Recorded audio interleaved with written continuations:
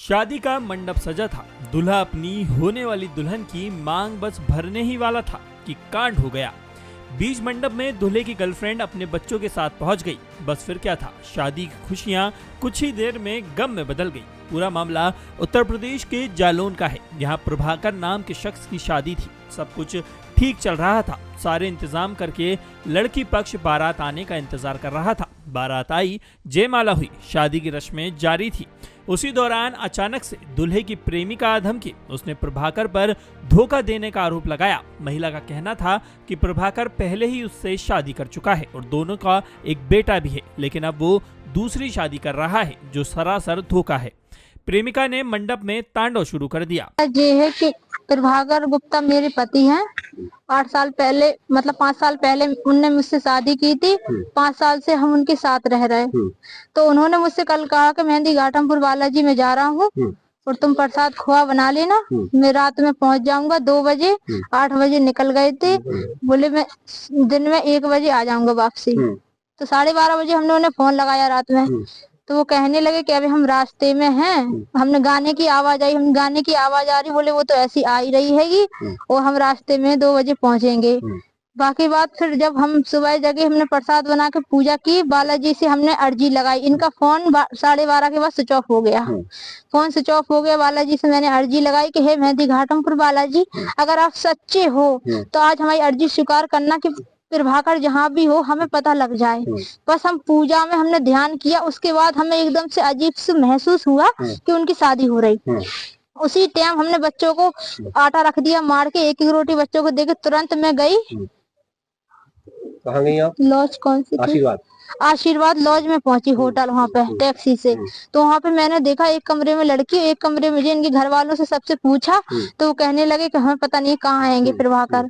तो हमने देखा कि उनसे हमने कहा, उनको पकड़ के हमने कहा तुमने ऐसा क्यों किया हमारे साथ? तो वो हमसे कहने लगे कि हमने कुछ नहीं किया, मतलब वो हमने कुछ नहीं किया, हम तुम्हें नहीं जानते। हमने तुम हमारे पति हो। तो सब लोग कहने लगे तुम पागल हो, यहाँ से चली जाओ, यहाँ से भाग जाओ। तो सब लोग हमें मतलब उनकी दीदी वगैरह ढकेलने लगी, आँख में मतलब मारने लगी। किसने मारा आपको? उनकी दीदी ने मारा, मतलब मारने लगी हमें, बस भगाने लगे। फिर कहने लगे भाग जाओ। तो लड़की वाले थे, लड़की वालों ने मुझे बचाया। लड़की वाले कहने लगे क्या बात है बेटा, हमें बताओ। तो हम चिल्लाने लगे, रोने लगे। तो वो कहने लगे हम तुम्हें मारेंगे नहीं, हमें बता दो। गाड़ी में बैठा के उनने आराम से हमसे बात पूछी, बताई। फिर हमें यहाँ पे चौकी कोतवाली ले आए।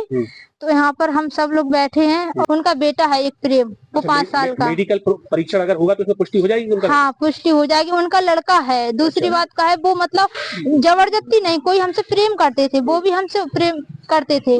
तो प्रेम भाव से दोनों रहते। दूसरी शादी क्यों की? अब ये तो हम उनसे पूछेंगे बात कि क्यों की उन्होंने 2 महिलाओं की जिंदगी बर्बाद की। इस पे क्या कहेंगे? जो इसमें ये कहेंगे उन्होंने जो गलत किया, उन्हें पहले हमें बता देना चाहिए था। नहीं करते वो शादी। आपको प्रशासन द्वारा क्या न्याय की आशा मिली है? हमें न्याय की आशा जब मिली है कि वो हमें साथ रखेंगे। अब उधर प्रेमिका की पूरी बात समझकर लड़की ने शादी से इनकार कर दिया। वर पक्ष के लोगों के द्वारा उन्हें बताया गया कि ये शादी नहीं हो सकती और शादी कैंसिल कर दी गई। इसके बाद लड़की पक्ष वालों ने दहेज की मांग को लेकर शादी कैंसिल करने की FIR थाने में दर्ज करवाई है। पूरा मामला ये है कि इन्होंने हमको जो है 10 लाख में शादी का संबंध हुआ था और जो है ऊपरी हमारे 10-25 लाख खर्च हो गए हैं। और जो है इसके बाद यहाँ पता पड़ा एक लड़के उसकी पहली जो रखेल पत्नी थी वो आई है और उसने यहाँ हंगामा किया और हमारी बच्ची के साथ बहुत अन्याय हुआ। यहाँ पर भौरें भी हमारी बच्ची की पड़ गई हैं और हमारा कम से कम 50 लाख का पूरा टोटल खर्चा है। और लड़के ने जो है कार की भी मांग करी कलेऊ में। अच्छा। हाँ, कार की भी मांग करी, कार चाहिए। अच्छा। इसके बाद कलेऊ होने के बाद जो है उसकी जो रखेल पत्नी प्रजापति थी, जो यहाँ पर काफीराम कॉलोनी में रहती है, वो आई है अपने बच्चों को लेकर के। उसने कहा DNA करा लो, जी बच्ची उसी के है। स्कूल में जो बच्चे पढ़ते हैं उनका आधार कार्ड भी प्रभाकर नाम के इसी जो दूल्हा बना है इसी का जो है दर्ज हमारे बच्चों में। थाने गए हम, थाने में भी इंक्वायरी करवाई। थाने वालों ने सीओ साहब के जो असिस्टेंट वहाँ पर रहते हैं, उन्होंने वहाँ पर स्कूल में फोन किया तो वहाँ से भी सत्यापित हो गया।